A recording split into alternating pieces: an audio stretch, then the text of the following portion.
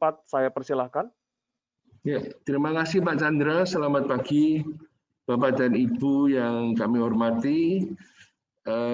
Kami dari PT Indonesian Tobacco, sedikit sejarah tentang perusahaan kami. Perusahaan ini didirikan oleh mendiang ayah saya, Bapak Chandra Saksono, sekitar tahun 1970. Perusahaan kita dari awal sampai sekarang kita fokus pada pembuatan tembakau ya, tembakau yang siap dipakai untuk rokok. Jadi kita membeli daun tembakau dari petani yang sudah 70-75% kering, lantas kita fermentasi, kita simpan, setelah itu kita proses. Nah, dalam proses itu ada perajangan, ada flavoring. Setelah di flavor, kita aging lagi, baru kita kemas dalam bentuk 30 gram, 40 gram, ataupun yang dalam bulk sebesar 2,5 kilo. Nah, jadi pada saat menjualnya kita juga memberikan kertas rokok, papir rokok ya, kalau di Jawa kita bilang papir rokok. Jadi konsumen bisa membuat rokoknya sendiri, mereka linting sendiri rokoknya. Hal ini konsumen diuntungkan karena dia bisa mengatur sendiri jumlah tembakau yang dia pakai, apakah mau banyak ataupun sedikit, dan mau rasa-rasa apa yang mau ditambahkan pada tembakau tersebut, konsumen bebas untuk memilihnya sendiri. Nah, dulu pada saat awal perusahaan kita berdiri, konsumen kita kebanyakan adalah orang-orang tua yang sudah mengenal produk-produk ini dari zaman Belanda dulu yang namanya shake tobacco. Namun semakin ke depan ini konsumen kita beralih, mulai anak-anak muda mulai menyukai produk kita karena mereka bisa tahu isi tembakonya seperti apa, isi rokoknya seperti apa, mereka bisa meracik sendiri, dan bagi mereka ini sesuatu yang baru, yang bisa mereka bisa kreatif sendiri dan harganya murah. Kenapa murah? Karena barang kita adalah barang setengah jadi yang tidak sama dengan rokok. Rokok sudah jadi, tinggal dinyalakan. Kalau produk kita masih harus dilinting sendiri sehingga menjadi produk yang setengah jadi. Sehingga maka dari itu cukainya pun tidak sama dengan rokok. Ada unsur penghematan untuk produk-produk kita. Nah, perusahaan berkembang dengan baik sejak saya mulai bekerja tahun 1988 membantu orang tua sampai orang tua almarhum. Saya meneruskan perusahaan ini. Perusahaan berjalan dengan baik, berkembang dengan baik, dan pada tahun 2019 yang lalu kita berhasil untuk go public ya, IPO, dengan tujuan untuk memperkuat struktur modal kita, dengan tujuan untuk mengembangkan usaha ke tahun-tahun yang ke depan. Sejak IPO sampai sekarang banyak sekali improvement yang telah kita lakukan baik internal maupun di pasar. Terlihat dari hasil kinerja yang kita capai juga cukup memuaskan. Sejak tahun 2018 omset penjualan kita meningkat terus, laba juga meningkat terus, hanya dengan catatan tahun 2019 yang lalu karena ada perpindahan bank sehingga kita harus membayar pembatalan kontrak itu yang cukup mahal, biaya-biaya IPO, biaya-biaya pajak yang harus kita keluarkan. Namun itu semua sudah kita lewati, itu cuma sekali beban ya, one time charge. Tahun 2020 ini kita sudah bebas sehingga dari hasil peningkatan penjualan, laba kita pun bisa meningkat dengan cukup tajam. Seperti itu. Nah, kami harapkan untuk tahun 2020 ini sampai akhir tahun bisa kita tutup. Saat ini kita sudah melebihi target yang kita terapkan di awal tahun yaitu 20%. kami harapkan saat ini kita sudah mengalami peningkatan 49% bila dibanding dengan tahun lalu. Kami harapkan pada tutup tahun 2020 ini paling tidak kita bisa menjaga angka pertumbuhan ini, dan untuk tahun depan 2021 kita harapkan penjualan maupun laba tetap bisa bertumbuh di double digit. Saya tidak berani terlalu muluk-muluk untuk mematok target karena kita harus menanti juga peraturan cukai yang akan diumumkan mungkin minggu ini atau minggu depan seperti apa. Tapi paling tidak pertumbuhan 10% untuk tahun depan saya berani mematok target itu. Begitu Pak Chandra, terima kasih.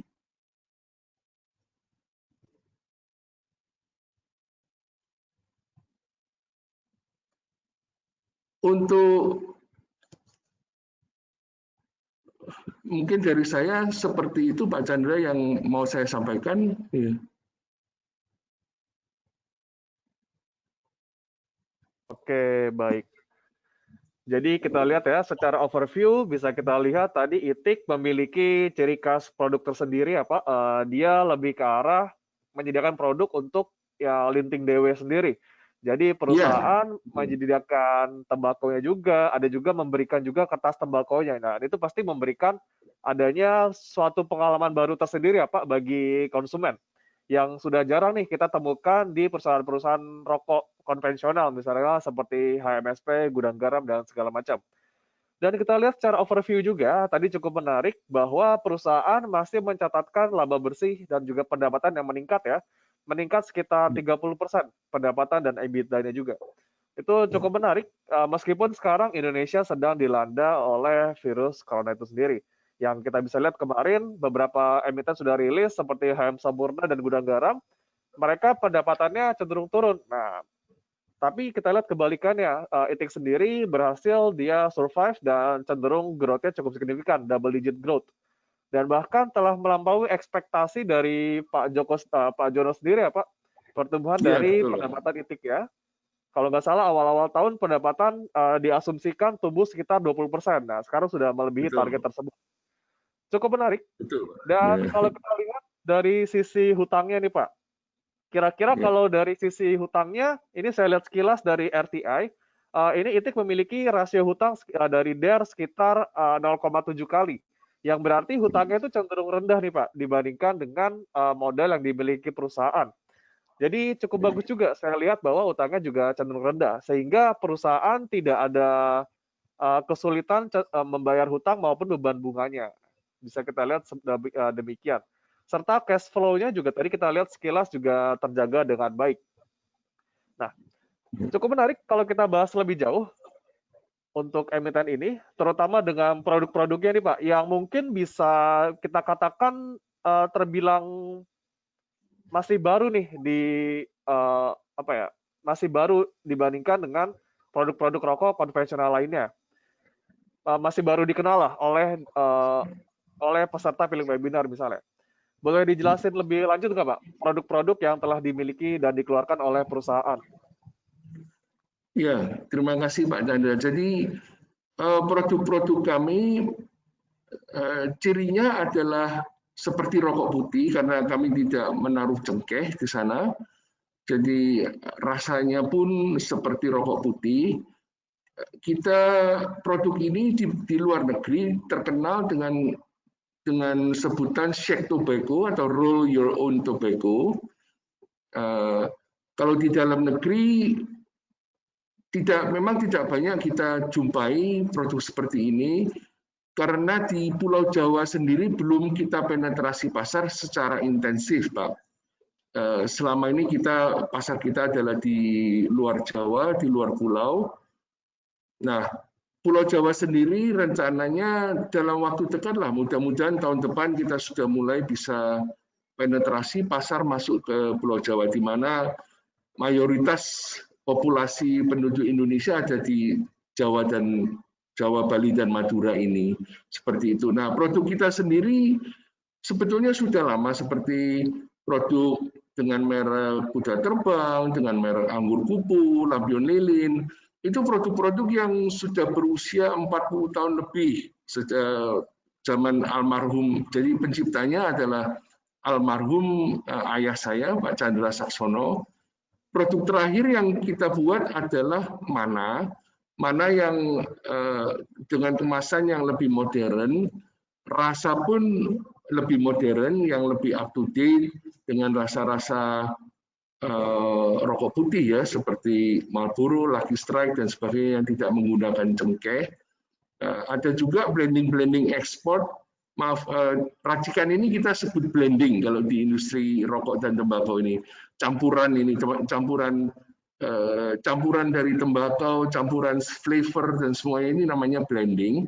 Nah, untuk ekspor pun kita ada beberapa merek seperti Butterfly, Papillon, Deer, yang sekarang di luar negeri juga anak-anak muda mulai menyukai produk-produk roll your own seperti ini. Jadi ke depan kita lebih mengincar ke pasar yang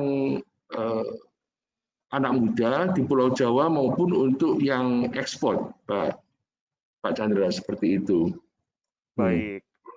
Boleh dijelaskan lebih rinci nggak Pak? Kira-kira ini produk dari Itik sendiri, dia penjualannya kemana aja nih Pak? Dan kebanyakan dia ke negara atau ke wilayah bagian mana gitu kira-kira?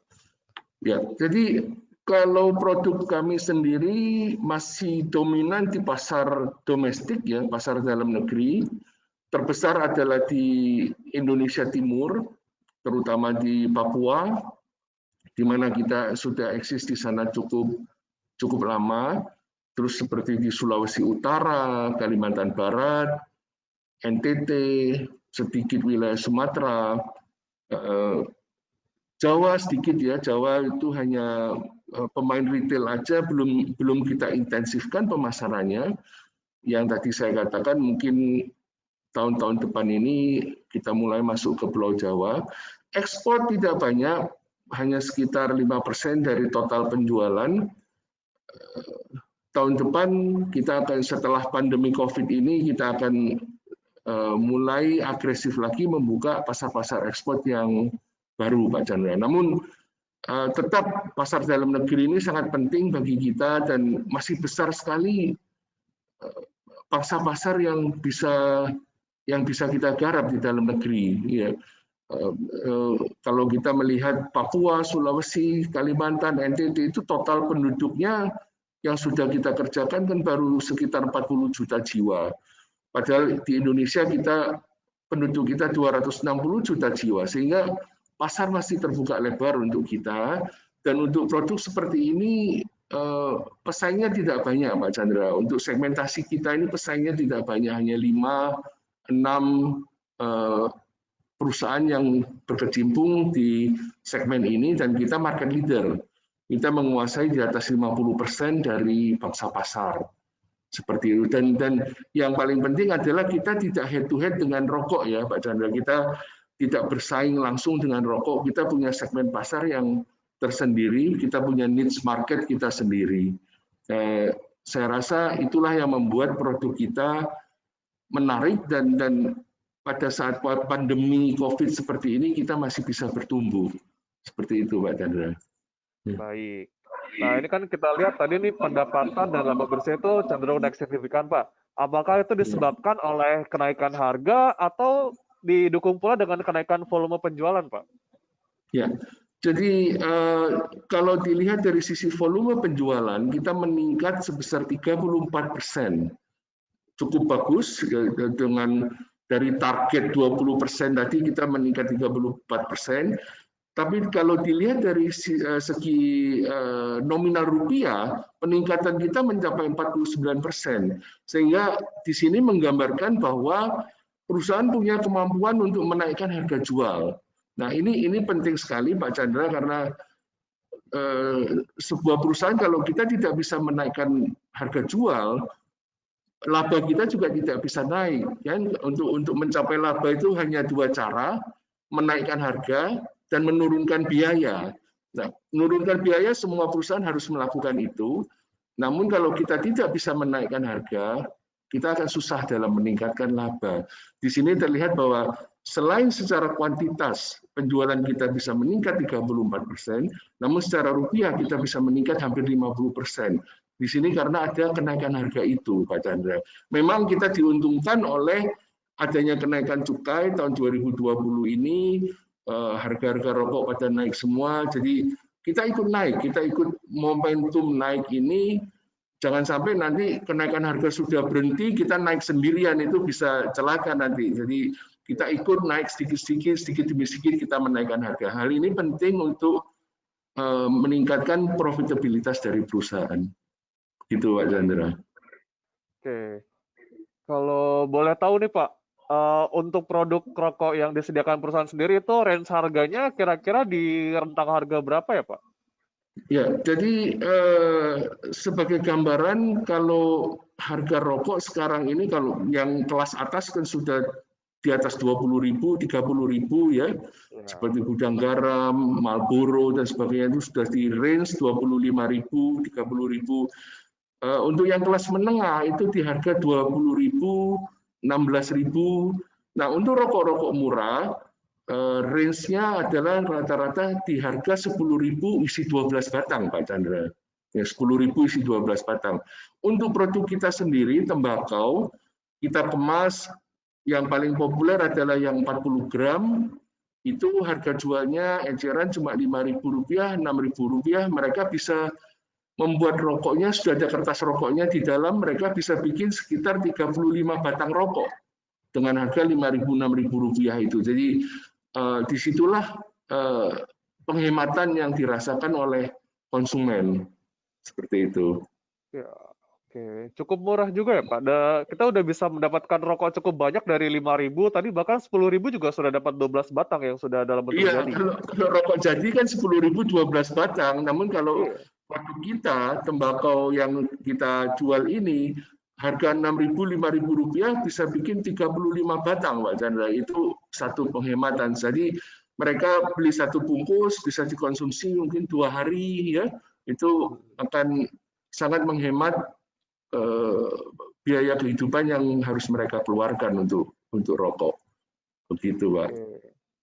Oh, berarti make sense ya, karena corona ini orang-orang cenderung ingin menekan biaya, maka mereka beralih nih yang ke produk lebih murah. Seperti salah satunya produk yang disediakan oleh PT Indonesian Tobacco itu sendiri ya Pak.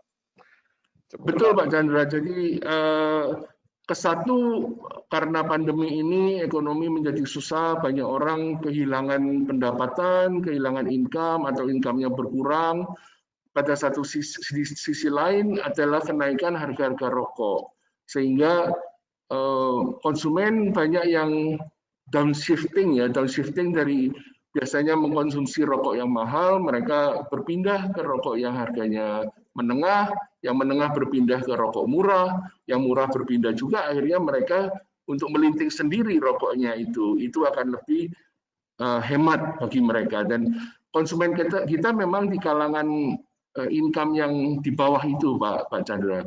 Para petani, para nelayan, pencari kayu di hutan, ya, pekerja perkebunan, mereka lah konsumen kita seperti itu.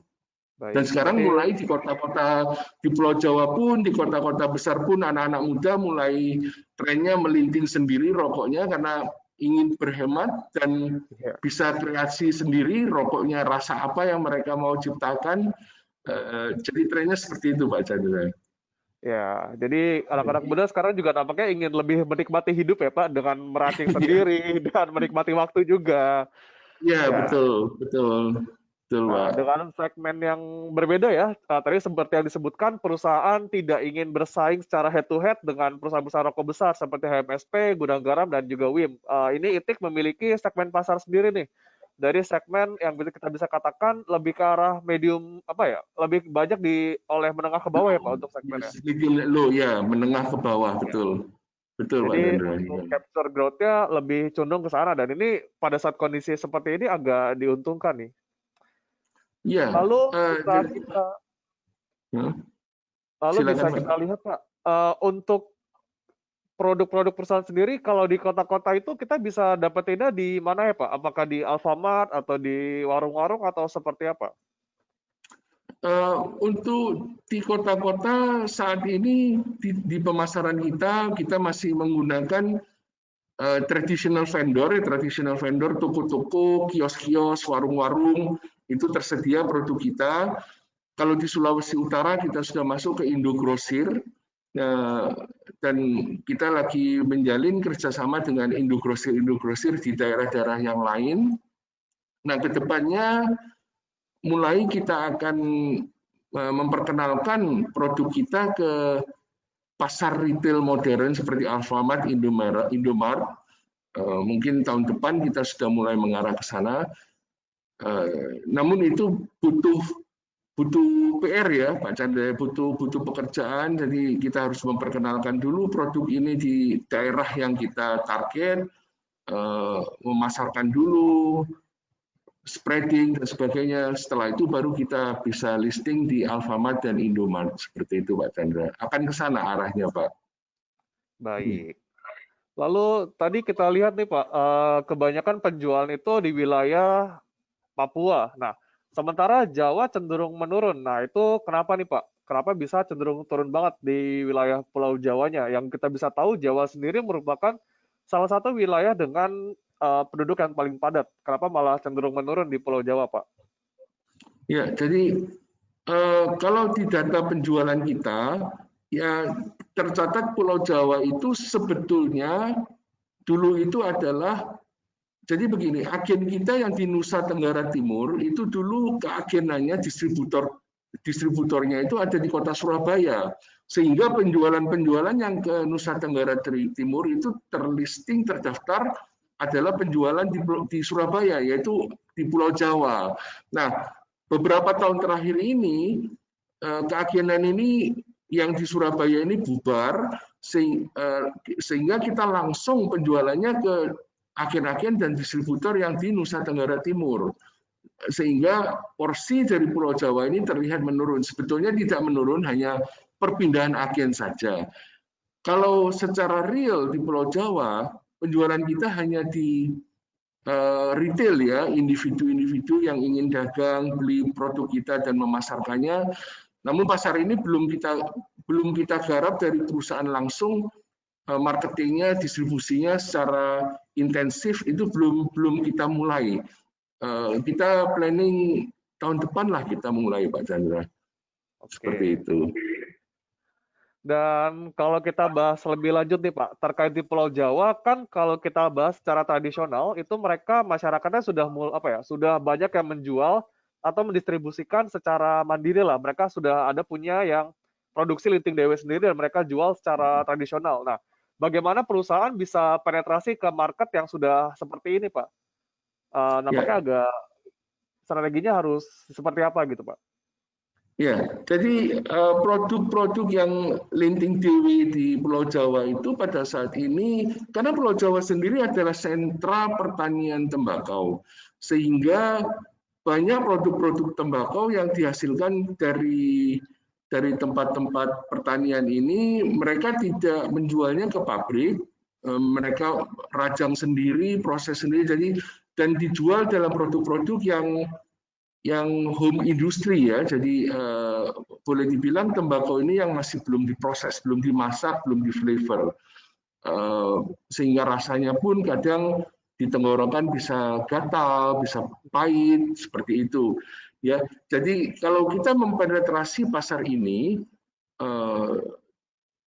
tentu kita harus bersaing dengan mereka dalam segi rasa. Kalau produk kita kan kita proses dengan teknik processing yang modern dan kita flavor ya, kita kasih flavor, kita casing itu untuk menghilangkan rasa-rasa yang tidak enak di tembakau. Jadi secara keseluruhan tembakau ini bisa lebih dinikmati oleh konsumen, bisa rasanya, aromanya lebih halus, lebih harum, lebih bisa dinikmati, dan harga jualnya pun kita tidak boleh jauh lebih mahal dari mereka. Kita harus bisa bersaing dengan harga mereka, dan selama ini sudah kita buktikan kita tidak ada masalah dalam persaingan untuk pasar ya, karena produk kita cukup daya saingnya cukup kuat baik dari segi kualitas maupun dari segi harga, sehingga kita bisa menjadi market leader di segmen ini. Begitu Pak Chandra. Baik, jadi lebih mengedepankan tentang cita rasa dan menjaga harga yang murah ya Pak, biar lebih disukai oleh pembeli. Betul Pak, itu value kepada customer itu selalu yang harus kita dulukan ya, memberi kualitas yang lebih baik, memberi harga yang bagus, yang cukup murah bagi mereka, sehingga konsumen merasakan kalau membeli produk kita itu menguntungkan mereka, begitu Pak Chandra. Oke. Ya. Lalu kita mungkin langsung ke sesi Q&A nih Pak. Ada pertanyaan dari Pak Robertus terkait perbedaan perlakuan di bidang pajak antara ITIK dengan perusahaan rokok konvensional itu seperti apa Pak? Ya, jadi kalau perusahaan rokok itu kan produk yang sudah jadi, konsumen tinggal mengambil rokoknya dan langsung bisa dinyalakan. Kalau untuk ITIK, produk kita ini kan treatmentnya adalah produk yang setengah jadi, Pak. Jadi maksudnya konsumen masih harus ngambil kertasnya, walaupun kertasnya kita siapkan di dalam kemasan, ngambil kertasnya, ngambil tembakaunya, lantas dilinting sendiri. Kalau dia mau campur cengkeh atau mau campur vanila atau apa terserah konsumennya, tapi ada proses pengerjaan dari konsumen ini sehingga produk kita tidak bisa disamakan dengan rokok yang sudah jadi. Tarif cukainya pun berbeda, Pak. Rokok memang cukainya lebih mahal, ya. Kalau produk kita ini kan masih produk setengah jadi sehingga cukainya cukup murah, Pak. Seperti yang tadi saya berikan gambaran. Untuk rokok jadi yang kelas murah, harga Rp10.000 kurang lebih 12 batang isinya, harga Rp10.000. Nah kalau kita dengan harga Rp5.000, kita bisa bikin 30 batang, 35 batang. Harga itu adalah refleksi daripada cukai dari pemerintah. Ya. Kompleks sekali sistem perumusan tarif-tarif cukai ini, makanya pemerintah lagi merumuskan tahun depan bagaimana, karena cukai ini kan ada yang kelas 1, kelas 2, kelas 3, kelas 4, banyak sekali level-levelnya. Kalau kita tidak masuk ke level rokok itu, kita segmen tersendiri, tembakau iris, dan memang beda dengan cukainya rokok. Begitu Pak Chandra. Berarti kalau kita simpulkan, ini sesuai pertanyaan Pak Rudi juga nih, berarti kenaikan cukai rokok di tahun depan tidak akan begitu banyak berpengaruh terhadap kinerja perusahaan? Tidak akan berpengaruh, menurut saya tidak akan berpengaruh kepada kinerja perusahaan. Namun kita harus lihat dulu nanti peraturan barunya kenaikannya seperti apa gitu Pak Chandra. Kenaikannya seperti apa? Karena saya katakan tadi untuk cukai di Indonesia ini kan level-levelnya banyak sekali. Apakah level itu tetap dipertahankan atau dipersingkat ya? Ada 1-2 level yang dihilangkan. Lantas kenaikannya rata dari atas ke bawah ataukah hanya yang tengah yang naiknya lebih banyak atau yang bawah naiknya lebih banyak atau yang atas naiknya lebih banyak? Itu hal itu yang masih perlu kita waspadai. Itu Pak Chandra. Makanya banyak wait and see ya di minggu-minggu ini, semua pabrik rokok, tembakau menanti keputusan pemerintah seperti apa ini. Begitu Pak Chandra. Oh, jadi saya kira kalau misalnya kenaikan cukai rokok kayak di berita, oke kenaikan cukai rokok naik 20%, semua segmen bakal naik. Berarti nggak seperti itu juga ya Pak? Ada batas apa ya? Ada segmentasi tertentu juga buat Ada kenaikannya ya? segmentasinya. Jadi selama ini tidak seperti itu Pak Chandra. Jadi tidak dipukul rata semuanya naik segitu. Terkadang pemerintah menaikkan segmen yang di tengah. Terkadang pemerintah menaikkan segmen yang di bawah. Nah, untuk tahun 2020 ini yang dinaikkan adalah segmen atas, yaitu perusahaan rokok besar-besar seperti Gudang Garam, Sampurna, BAT, Jarum. Nah, segmen pertama itu yang dinaikkan. Makanya 2021 ini kenaikannya seperti apa? Segmen mana yang naiknya paling banyak? Segmen mana yang naiknya cuma sedikit? Itu yang sedang kita nanti-nantikan. Begitu, Pak Chandra. Menarik. Jadi masih wait and see nih, terutama perusahaan-perusahaan rokok besar ya, karena takutnya naikin cukainya cukup tinggi nih pemerintah. Iya, jadi semua pihak wait and see, ada rasa kekhawatiran, ada rasa was-was, Bagaimana nih nasib kita tahun 2021 karena peraturan cukai ini sangat mempengaruhi harga rokok ya, harga jual rokok dan tembakau. Begitu Pak Chandra.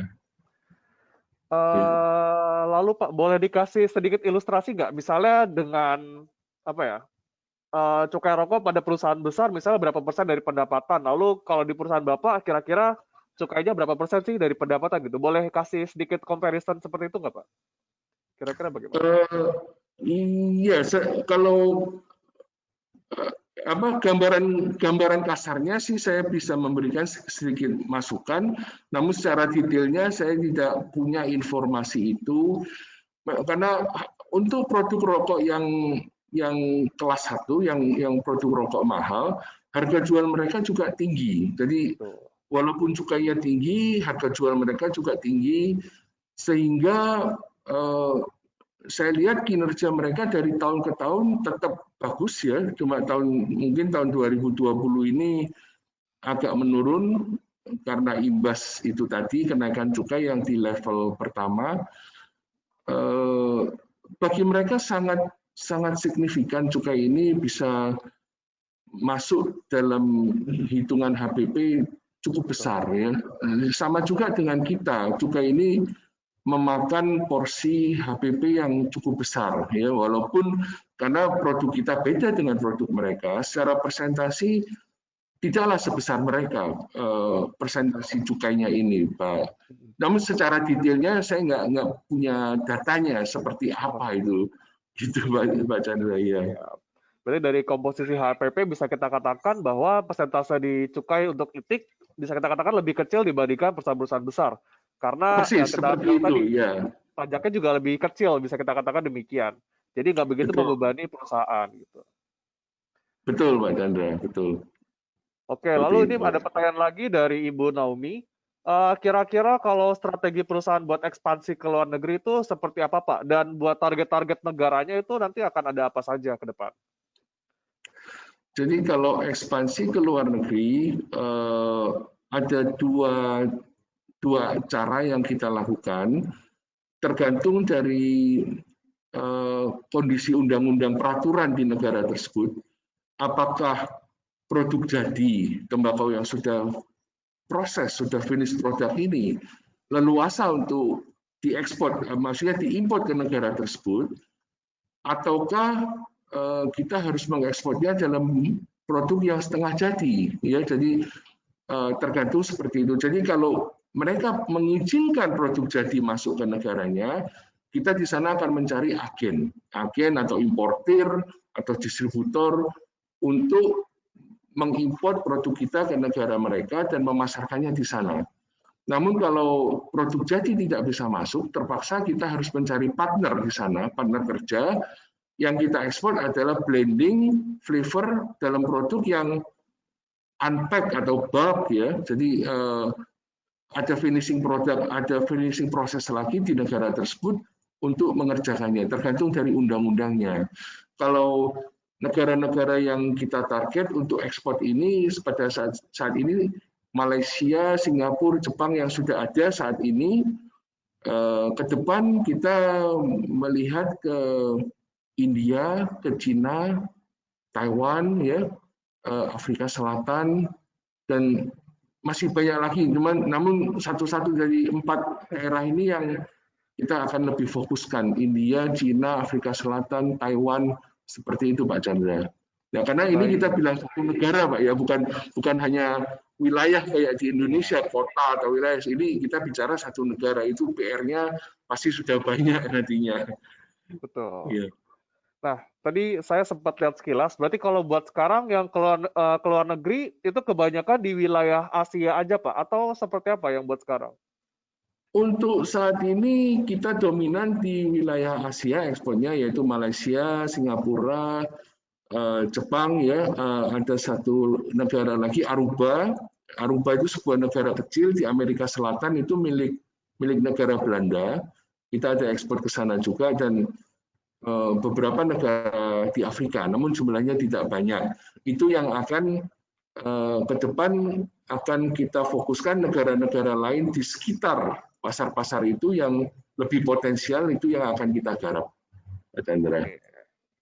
Siap. Baik, ini sebelum kita lanjut Pak, ini kita bahas sedikit ya seputar IHSG. Nah, ternyata IHSG hari ini masih meningkat cukup signifikan nih Pak, 1,5%. Nah, berlawanan dengan prediksi kami memang hal ini kami lihat dari adanya yang barusan update dari perolehan suara dari Joe Biden dan Donald Trump.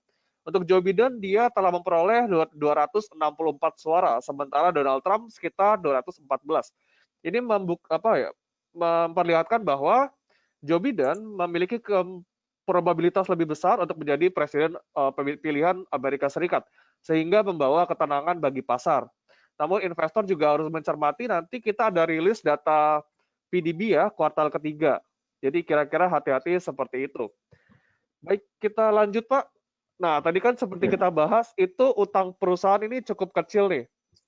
Kira-kira ke depan ingin memperlebar jumlah hutangnya kah, atau ingin menjaga di level ini saja, sekitar 70% dari modalnya gitu?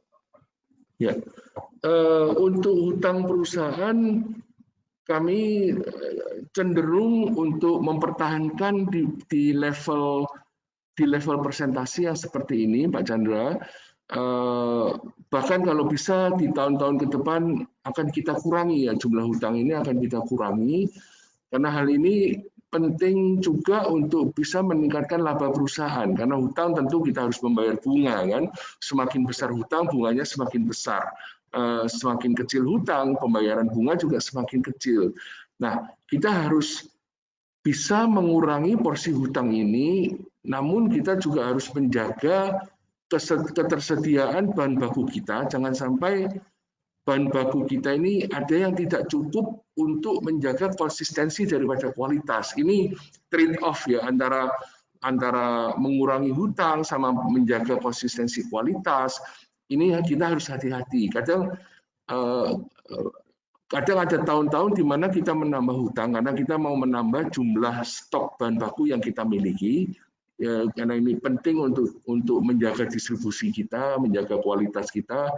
Namun di sisi lain kita juga ingin mengurangi persentase hutang ini supaya kita bisa meningkatkan profit margin kita, laba kita. Seperti itu Pak Chandra. Ke depan untuk 1-2 tahun, untuk tahun ini, tahun depan saya rasa masih di level ini Pak.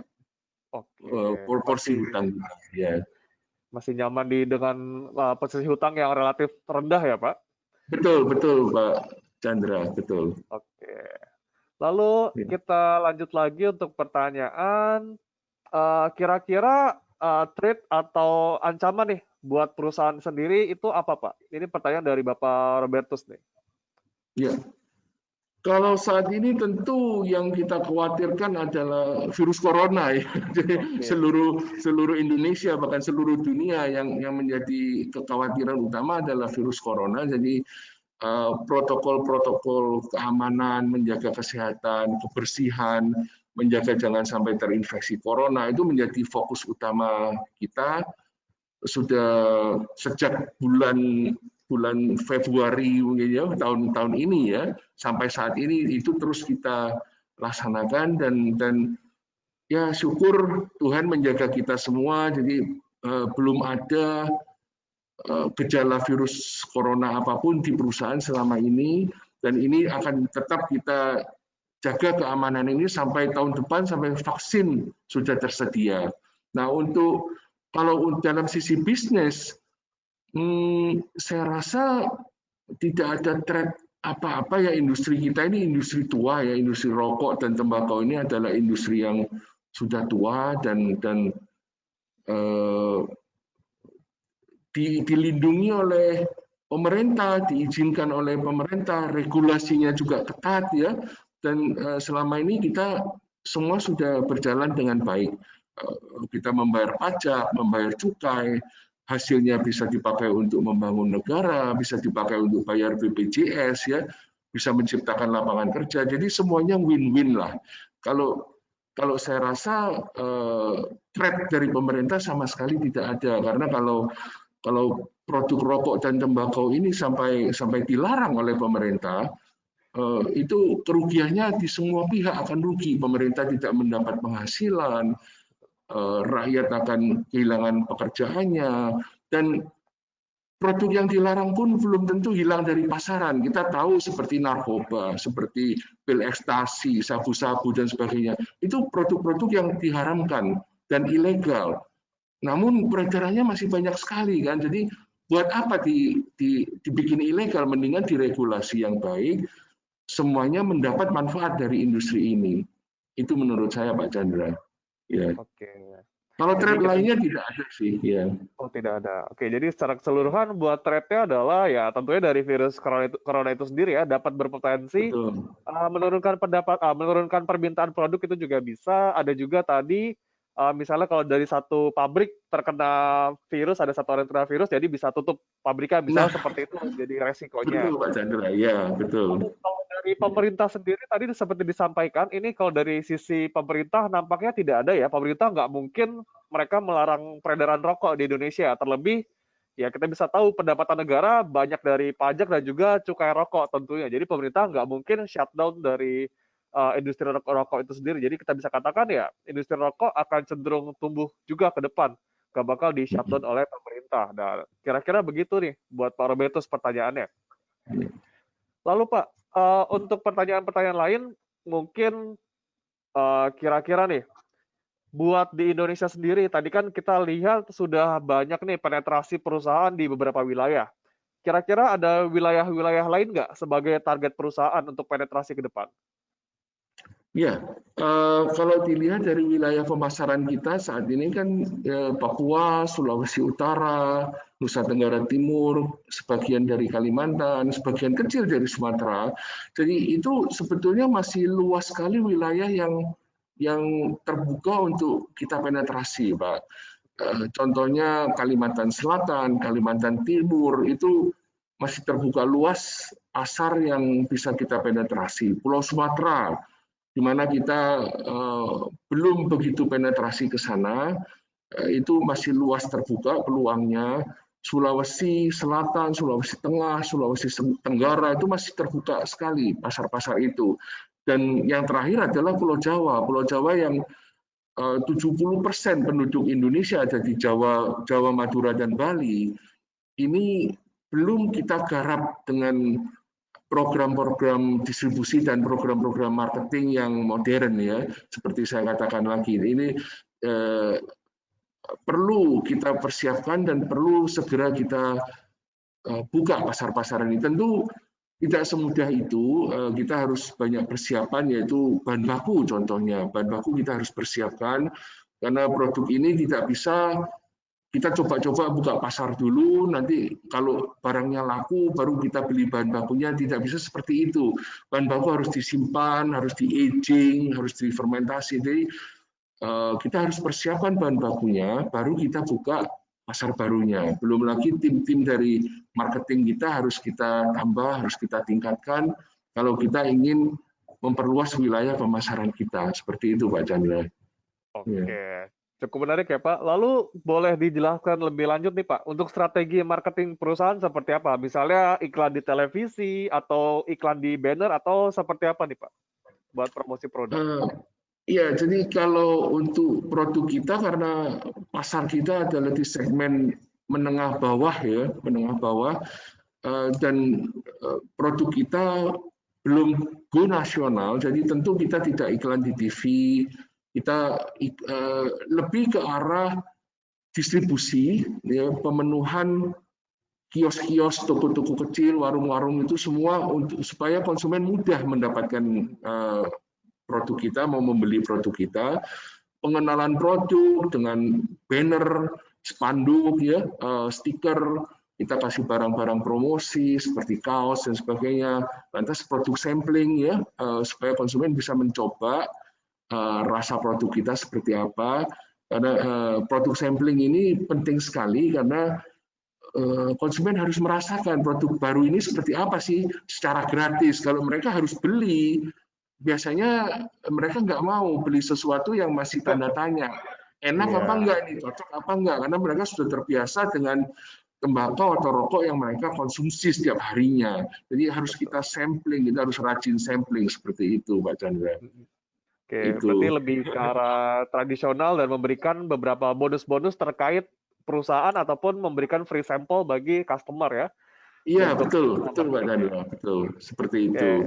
Lalu pertanyaan berikutnya nih Pak, dari Bapak Gusti bertanya seputar ini kan perusahaan bisa kita katakan masih baru IPO. Kira-kira penggunaan dana IPO sendiri itu untuk apa nih Pak?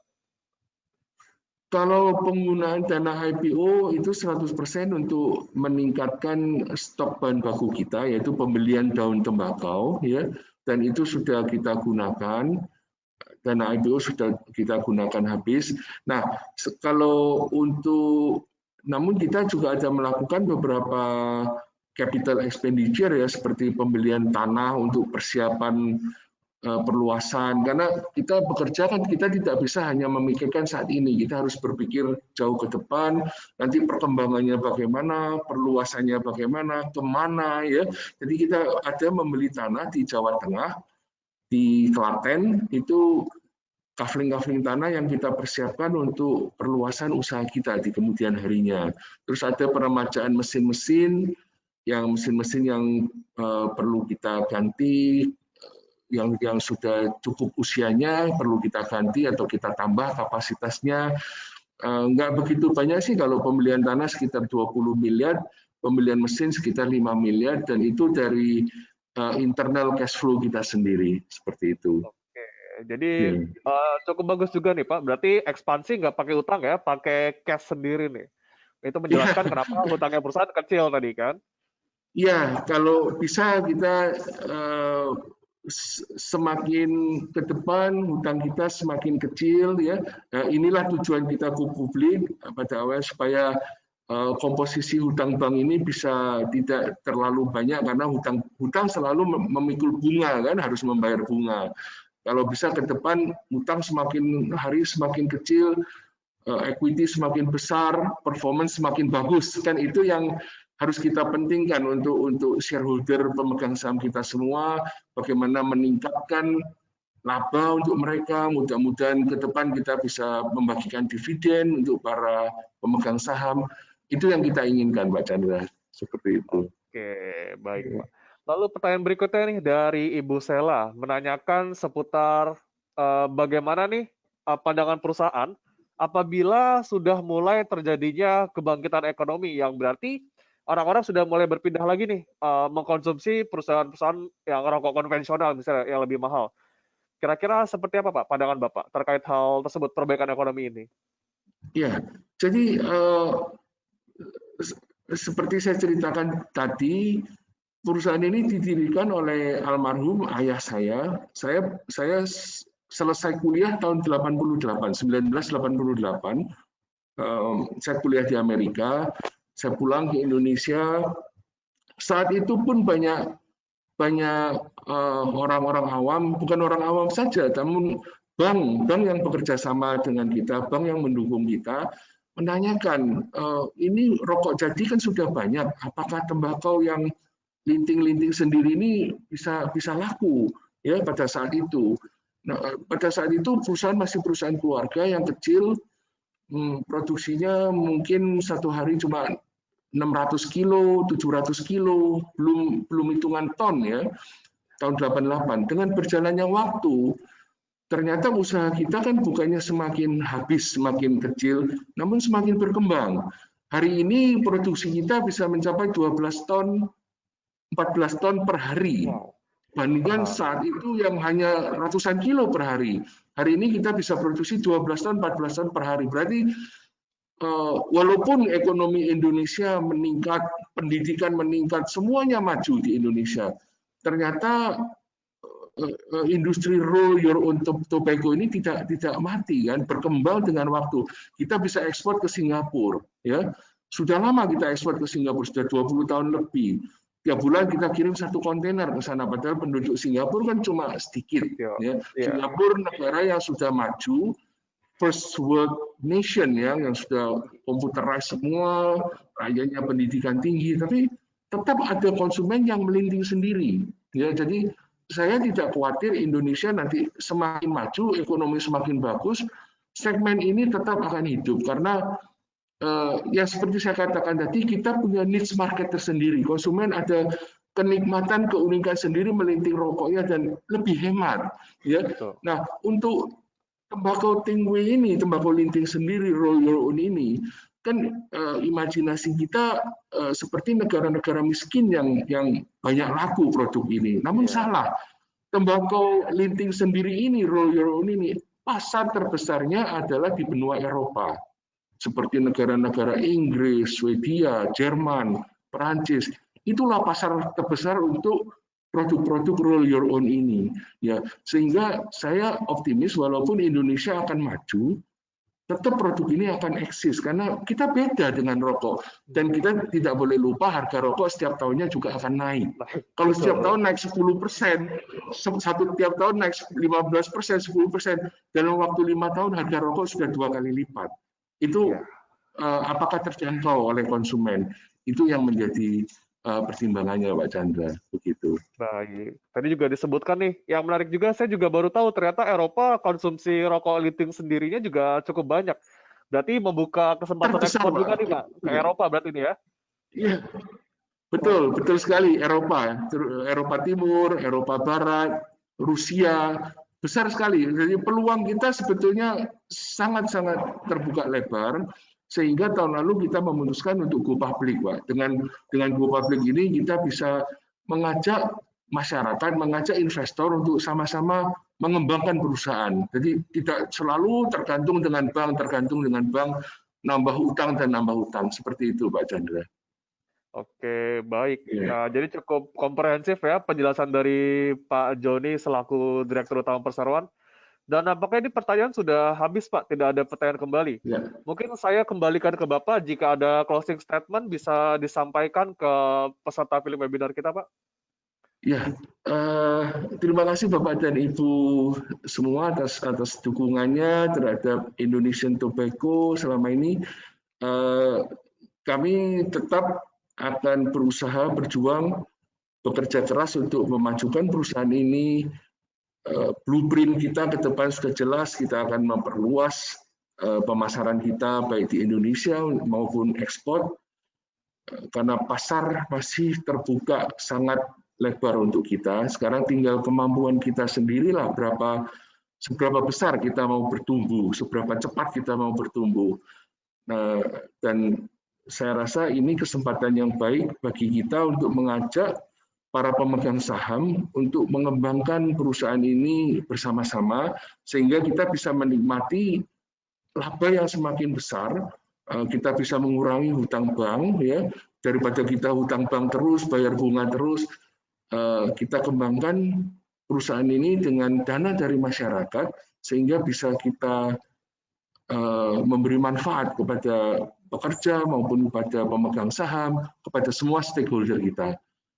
PR kita masih cukup banyak, tapi saya sangat semangat dan excited untuk mengembangkan perusahaan ini karena peluang masih terbuka lebar sekali baik di Indonesia maupun untuk pasar ekspor kita. Begitu Pak Chandra, terima kasih. Baik, kira-kira begitu ya dari closing statement dari Pak Joni selaku Direktur Utama sekaligus bisa kita katakan juga sebagai pewaris dari perusahaan Itik itu sendiri. Jadi pastinya menjaga kualitas bagi konsumen dan juga menjaga kelangsungan perusahaan ke depannya.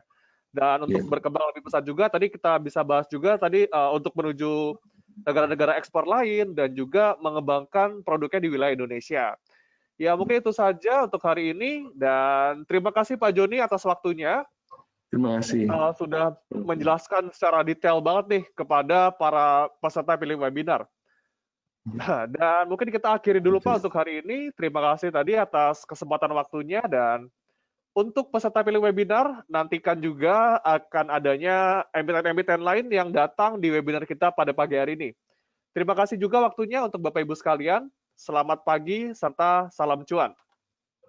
Selamat pagi, terima kasih.